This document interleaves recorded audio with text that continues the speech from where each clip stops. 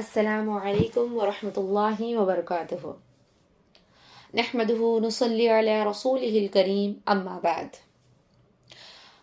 قال اللہ تعالی فی القرآن المجید اعوذ باللہ من الشیطان الرجیم بسم اللہ الرحمن الرحیم کنتم خیر امت اخرجت للناس تأمرون بالمعروف وتنہون عن المنکر وتؤمنون باللہ۔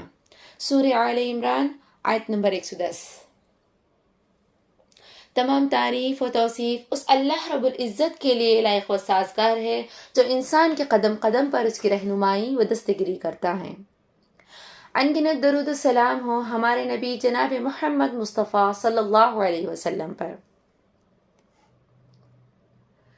آج ہمارا موضوع ہے اصلاحی معاشرے میں خواتین کا کردار۔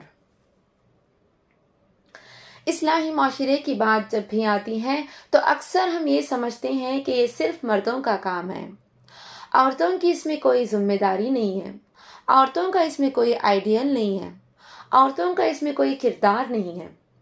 اور اسی سوچ اور طرز عمل کی وجہ سے دن بدن برائیوں میں اضافہ ہوتا جا رہا ہے اور اصلاح کا جو کام ہے وہ رک کر رہ گیا ہے۔ معاشرے کی اصلاح جس طرح مردوں کی ذمہ داری ہے اسی طرح عورتوں کی بھی ذمہ داری ہے۔ معزز سامعین و سامعات، ابھی آپ کے سامنے جو سورۃ آل عمران آیت نمبر 110 تلاوت کی، اللہ تعالیٰ اس میں فرماتے ہیں کنتم خیر امت اخرجت للناس، تم بہترین امت ہو جو لوگوں کے لیے نکالی گئی ہو، پیدا کی گئی ہو۔ تأمرون بالمعروف وتنہون عن المنکر، تم نیک باتوں کا حکم دیتے ہو اور بری باتوں سے روکتے ہو۔ وتؤمنون باللہ، اور اللہ تعالیٰ پر ایمان رکھتے ہو۔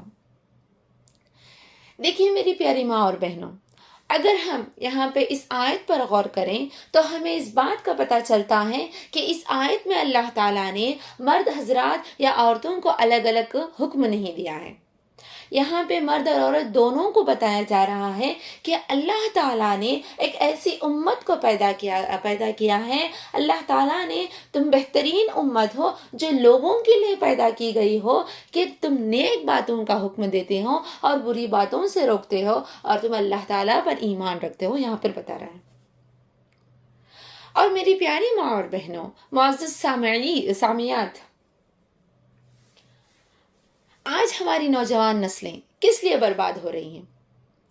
اسی سوچ اور طرز عمل کی وجہ سے کہ ہمارا اس میں، ہم عورتوں کا اس میں کوئی کردار نہیں ہے، کوئی رول ماڈل نہیں ہے، کوئی آئیڈیل نہیں ہے، ہم یہ سوچ رہے ہیں۔ اس وجہ سے آج ہماری نوجوان جو نسلیں ہیں وہ برباد ہو رہی ہے۔ ہمارے نوجوان بچوں کو آپ دیکھ لیجئے، ہمارے نوجوان لڑکوں کو آپ دیکھ لیجئے، ان سے اگر ہم ان کو دیکھتے ہیں تو ہمیں یہ پتہ چل رہا ہے کہ کوئی نوجوان لڑکا شراب خوری میں ڈوبا ہوا ہے تو کوئی نوجوان لڑکا جوے میں ڈوبا ہوا ہے، کوئی نوجوان لڑکا زناکاری میں ڈوبا ہوا ہے تو کوئی نوجوان لڑکا نشے کی حالت میں ڈوبا ہوا ہے۔ اور ہماری لڑکیوں کو اگر ہم دیکھتے ہیں تو کسی کو فیشن کا شوق لگا ہے تو کوئی حجاب پہننا نہیں چاہتی۔ کیونکہ ہم یہ سوچتے ہیں کہ ہماری جو اصلاح، معاشرے کی جو اصلاح ہے یہ صرف مردوں کی ذمہ داری ہے۔ اگر ہم اس بات کو غور کریں گے تو ہمیں یہ پتہ چلتا ہے کہ بچے کی پرورش، جب بچہ دنیا میں آتا ہے، دنیا کی زندگی میں وہ قدم رکھتا ہے تو سب سے زیادہ اگر اس کا وقت کسی کے ساتھ گزرتا ہے تو وہ اپنے باپ سے بھی زیادہ وقت کسی کے ساتھ گزرتا ہے تو وہ اس کی ماں ہوتی ہے۔ اور اس بچے کے لیے سب سے زیادہ رول ماڈل نبھانے والی، سب سے زیادہ وقت دینے والی، بچے کے ساتھ اس کا اٹھنا بیٹھنا بولنا، اپنا رنگ ڈھنگ سب بچہ اپنی ماں کو ہی دیکھ کر سیکھتا ہے۔ اور ہم اپنے بچوں کو، جب ہمارا بچہ بولنے لگتا ہے، جب ہمارا بچہ کسی چیز کو غور سمجھنے اور فکر کرنے لگتا ہے تو اس کو عقل و فہم آ جاتی ہے تو ہم اس وقت اپنے بچوں کو لا الہ الا اللہ کو سکھانے کے بجائے، لا الہ الا اللہ کی تاکید کرانے کے بجائے ہم اپنے بچوں کو فون تھما دیتے ہیں یا پھر میوزک تھما دیتے ہیں یا پھر اپنے بچوں کو ممی یا پاپا بولنا سکھاتے ہیں۔ دیکھیے اللہ کے نبی صلی اللہ علیہ وسلم نے ابن ماجہ کی حدیث نمبر 224 میں اللہ کے نبی صلی اللہ علیہ وسلم فرماتے ہیں کہ طلب العلم فریضۃ علی کل مسلم و مسلمۃ، یعنی علم کا حاصل کرنا ہر مسلمان مرد و عورت پر فرض ہے۔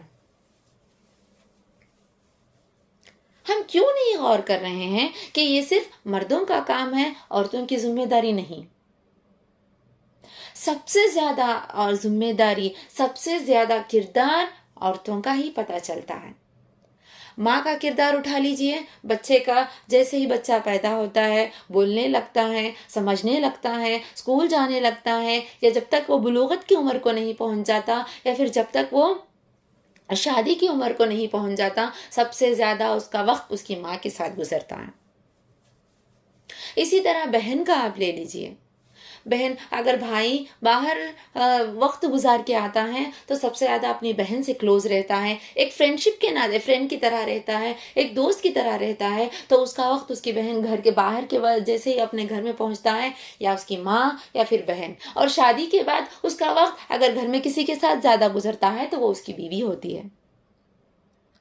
ہم میں سے کتنی ایسی عورتیں ہیں جو ہم اپنے بھائی کو، اپنے بیٹے کو، یا پھر اپنے شوہر کو ان سب چیزوں سے دور رکھی ہوئی ہیں، دین کے کاموں سے ہم دور رکھے ہوئے ہیں۔ اسی طرح ایک اور حدیث اللہ کے نبی صلی اللہ علیہ وسلم فرماتے ہیں، بخاری کی حدیث ہے، حدیث نمبر 5027، کہ خیرکم من تعلم القرآن وعلمہ، یعنی تم میں بہترین شخص وہ ہیں جو قرآن کو سیکھے اور دوسروں کو سکھائے۔ اللہ اکبر! دیکھیں یہاں پہ اللہ کے نبی صلی اللہ علیہ وسلم یہ نہیں فرما رہے ہیں کہ آپ دنیا کی تعلیم کو سیکھنے سے آپ بہتر ہوں گے۔ یہاں پہ یہ بات بتائی جا رہی ہے کہ انسان تب بہتر ہوتا ہے جب وہ قرآن کو سیکھتا ہے اور دوسروں کو سکھاتا ہے۔ لیکن ہم غافل بن کر بیٹھے ہیں، ہمیں تو ناول اچھا لگتا ہے، ہمیں تو دنیا کے اشعار اچھے لگتے ہیں، ہمیں تو یوٹیوب اور انسٹاگرام کے شارٹس اچھے لگتے ہیں، ہمیں تو میوزک اور گانے اچھے لگتے ہیں، ہمیں یہ قرآن کی جو باتیں ہیں وہ اچھی نہیں لگتی۔ کیوں؟ کیونکہ ہم پڑھنا ہی نہیں چاہتے، ہم جاننا ہی نہیں چاہتے۔ اور اسی طرح ایک اور حدیث میں، بخاری کی حدیث ہے، حدیث نمبر 3461 میں اللہ کے نبی صلی اللہ علیہ وسلم فرماتے ہیں کہ بلغوا عنی ولو آیا،